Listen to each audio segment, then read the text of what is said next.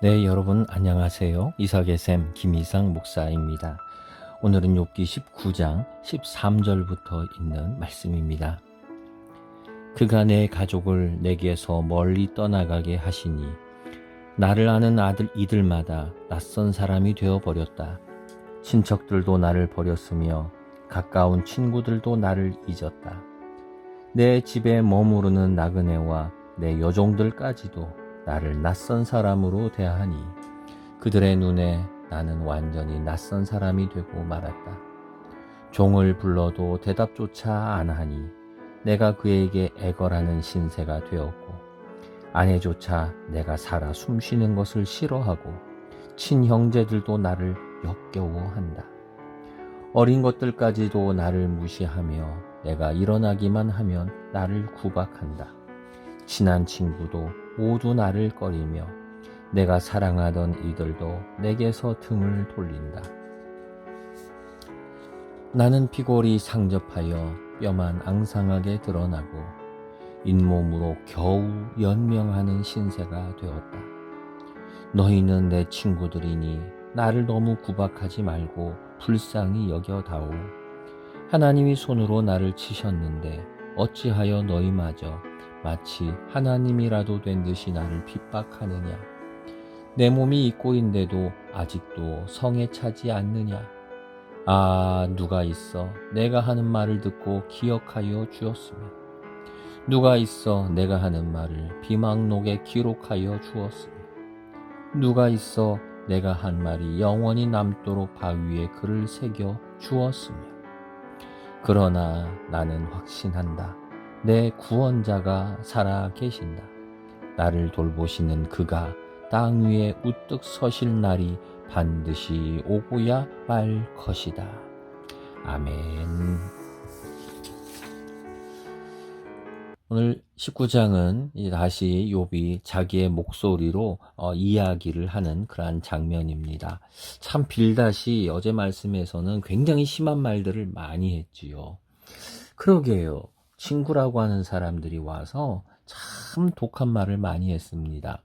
그런데 이제 오늘 성경에서는 그런 상황 속에서 지금 굉장히 배신당하고 또 조롱당하는 자기의 모습과 그리고 나를 살려주시는 하나님에 대한 믿음의 그 장면으로 오늘 마무리를 짓고 있습니다. 한번 볼까요? 13절 보면은 그가 내 가족을 내게서 멀리 떠나가게 하시니 나를 아는 이들마다 낯선 사람이 되어버렸다. 지금 이 욥이 느끼는 게 뭐냐면은 사람들이 나를 피한다는 거예요. 지금 내가 너무나 사람들 속에서 외톨이가 되고 왕따가 되었고 사람들이 모른 척 한다는 거예요. 그 고통, 사람들이 나를 무시하고 인정하지 않고 그리고 모른 척하는 이 고통. 자, 얼마나 큰지 친척들도 나를 버렸어요.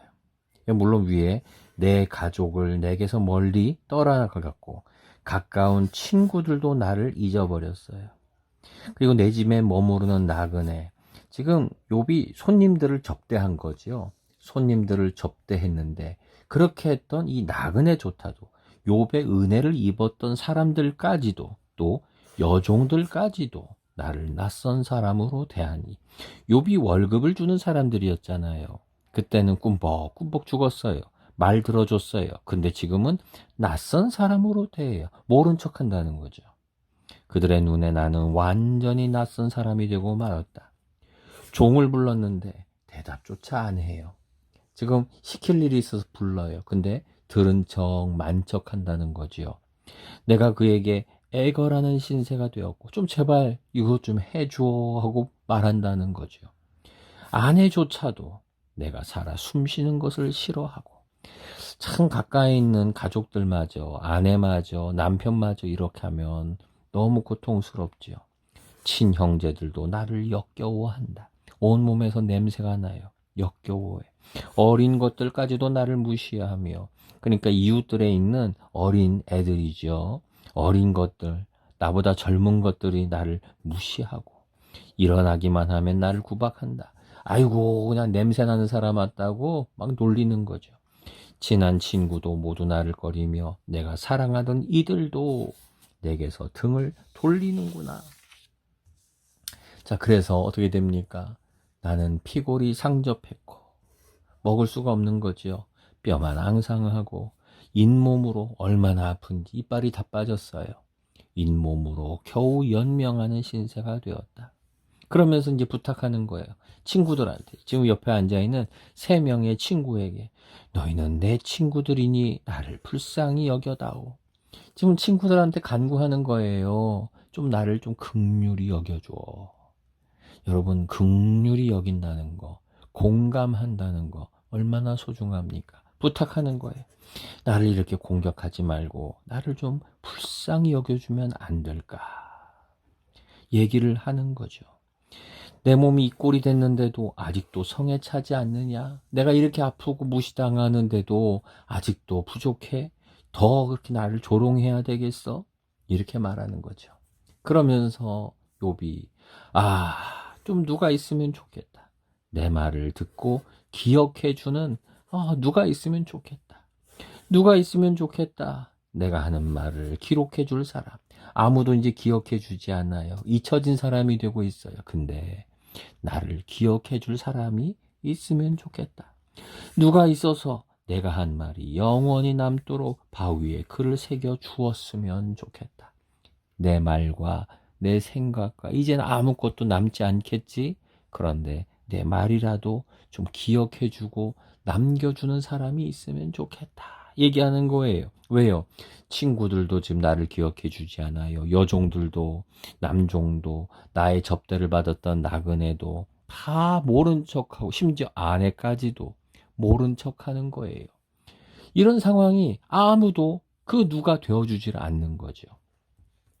그래서 욥이 25절에서 이렇게 말을 합니다. 그래서 결국 남는 거, 결국 남는 사람, 결국 남는 나의 구원자가 누구냐? 그래서 나는 확신한다. 내 구원자가 살아계신다. 나를 돌보시는 그가 이 땅 위에 우뚝 서실 날이 반드시 오고야 말 것이다. 뭐예요? 그 날이 올 것이다.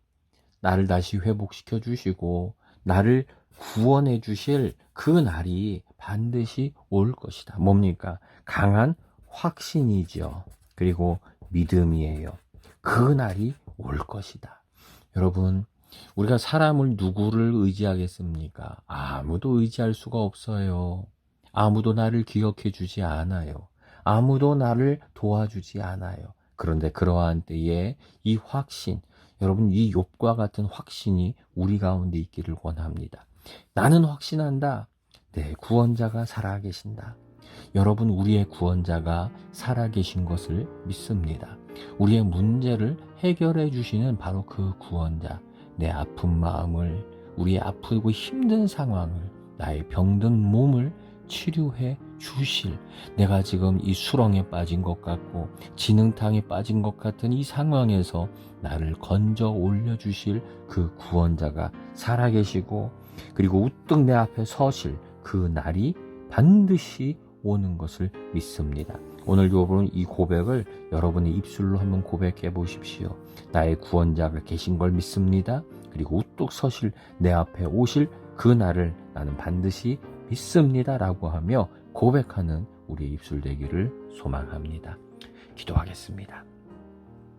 좋으신 하나님, 욥이 고통 중에 주의 이름을 부르며 간구합니다. 누가 있어 나를 기억해 줄까? 누가 나를 구원해 줄까? 아무도 구원해 주지 못합니다. 친구도, 심지어는 아내도, 형제들까지도 들은 척 만척하며 모른 채 합니다. 그러나 하나님, 이 고난 중에 우리는 확신합니다. 내 구원자 하나님은 살아계신 분이시며, 그리고 내 앞에 우뚝 서서 우리를 구원하실, 우리의 질병에서, 우리의 아픔에서, 내가 처한 그 수렁 속에서 건져 올리실 바로 그 하나님이, 그 구원자가 다시 오실 그 날을 보기를 원하며 확신합니다. 예수님의 이름으로 기도를 드립니다. 아멘.